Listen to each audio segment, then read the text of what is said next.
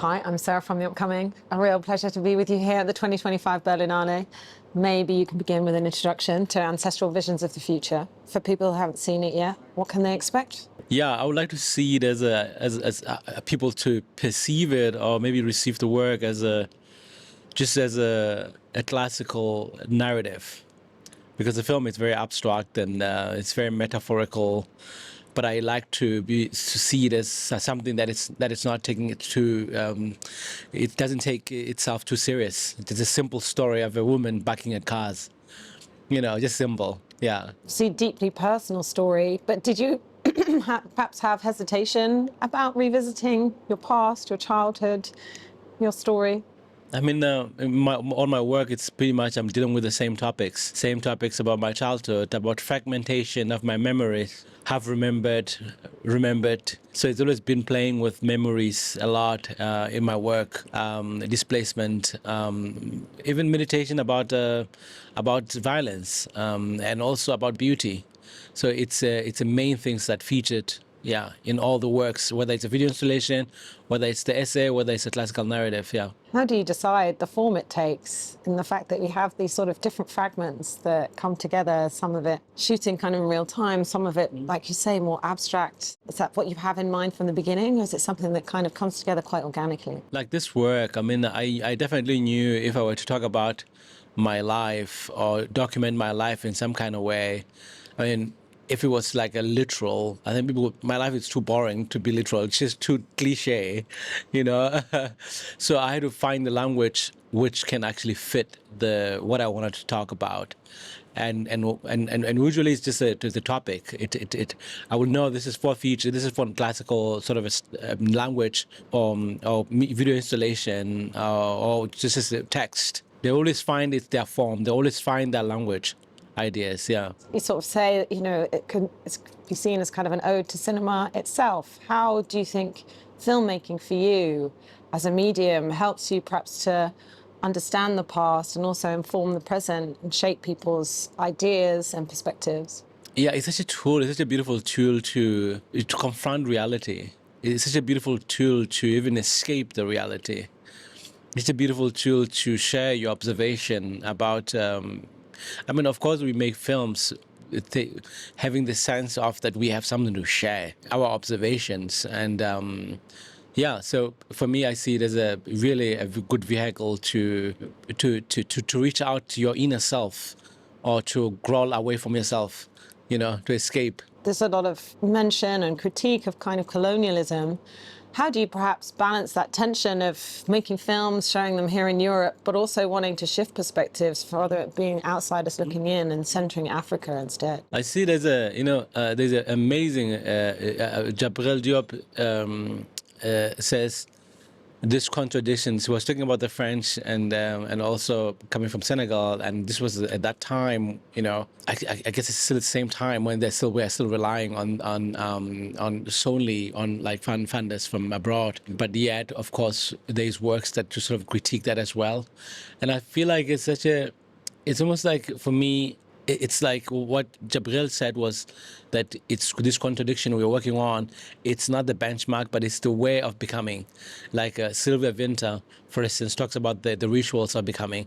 And I think figuring out the ways in which we do it, and these contradictions, these paradoxes, they're still okay. They're still of becoming, And also there is partnerships that are happening now. They're very good partnership, happening in the very good times, whether it's money from France or whether from US, there's now alternative ways of doing it, of sharing these resources. Can you say a bit more about the inclusion of the puppeteer? Because it kind of adds this layer of kind of performance and manipulation, if you like. What do you think that symbolizes for you? Yeah, I feel like the puppeteer was someone that I had to create to say certain things, because otherwise I wouldn't say them out loud. So I had to create someone who can speak for me, like a mouthpiece. So he's sort of a mouthpiece. Even his puppet is my mouthpiece to say thoughts out loud that I would not say. Even sometimes I don't believe them, but I want to say them out loud, and he says them out loud. And I think I like the performative aspect of it. When I was growing up, I used to be fascinated by puppets. Like street performances used to be very fascinating for me. And I knew from beginning that I would like to incorporate a puppeteer into the storytelling. Yeah. It's such an old, lost form in a way. You talk about like the pain of returning home, and I guess it not, matching your memory of it, and whether that creates this kind of emotional dissonance, which then seeps into the film.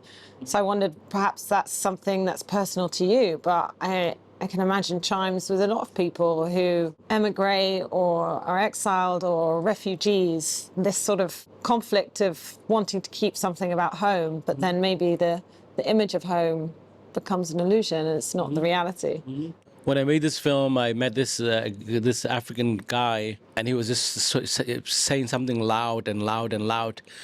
And at that very moment, I knew that this is the time when I must go home now. I have become him. I've become him. That the idea of this belief of this home of return, this warmth that is waiting for you, it actually might not exist. It's something I've created a space where I can hopefully return to when the walls of the place where I exist could not hold me or could not know my name, could not shout my name. So I'm forever looking for a place that sort of will hold me, And I think it has to do with my first home. It has to do a lot with my first home. It has to do a lot with being displaced and living in a totally different environment. And then you start to project this beauty. The reasons of your departure, the reasons why you left, they soften, the edges softens, and then you become kinder to a place. You become kinder to your home now.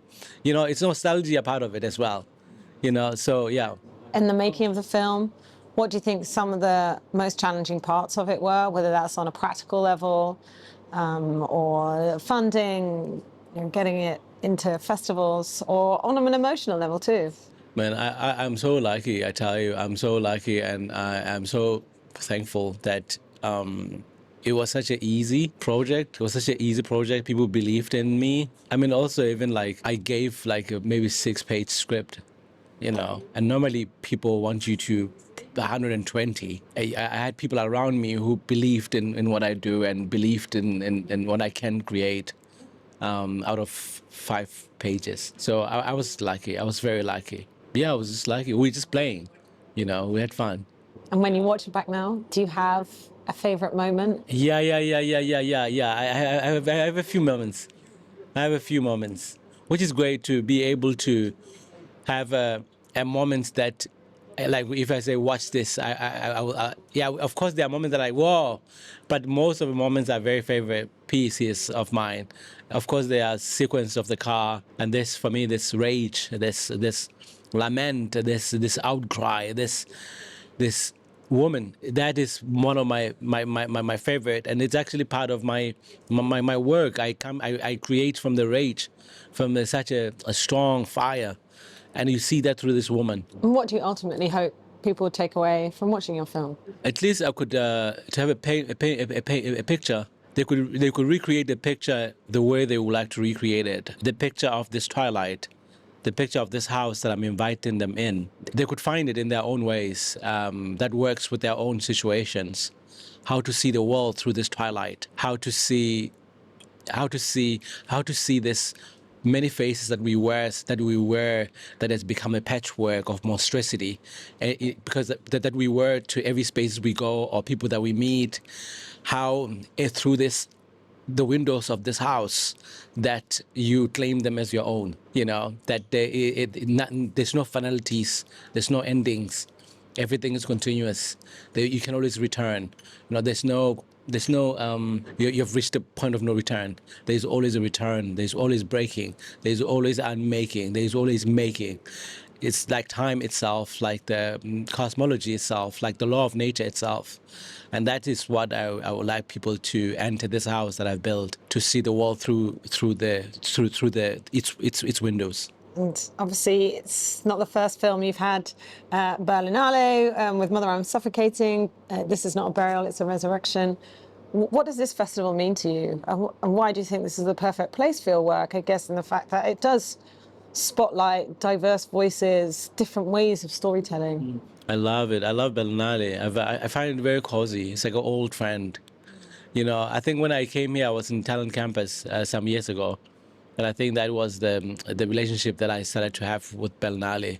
Yeah, like I'm very friendly with people who work here as well, and yeah, it feels like home. I mean, I live in Kreuzberg, so this is like, it's homecoming in a way, And do you still feel, though, that there can sometimes be a discrepancy between the diversity of films and filmmakers you see in film festivals than the wider cinema landscape? Do you still think in Europe or in the US we can see more African-rooted stories? I think now there's a new wave of for the last years. There's been a new resurgence. There's a new wave coming out. There's a new wave emerging. Exciting voices that are emerging, and I think this will be, there are films that are not going to be denied. So I'm very hopeful about this. Do you already know what you're going to work on next? Have you got your next? Oh yeah, I've got like a lot of other things, like 2 other films. Yeah, but I'm excited. And I might shoot them actually this year. I think I'm going to shoot this year. Do you want to shout out any other filmmakers that you love what they're doing at the moment? One of my favorite filmmakers right now it's Fredrik, Mario Fredrik. It's from Angola. He's an amazing filmmaker. It's amazing filmmaker. I'm looking forward to see his work. And Nahom is an Eritrean young filmmaker. I'm excited to see what he's going to do. I'm happy. Thank you. Thanks so much. Thanks so much for sharing all that with me. Thank you so much. I really enjoyed presenting the film here in Berlin. Thanks.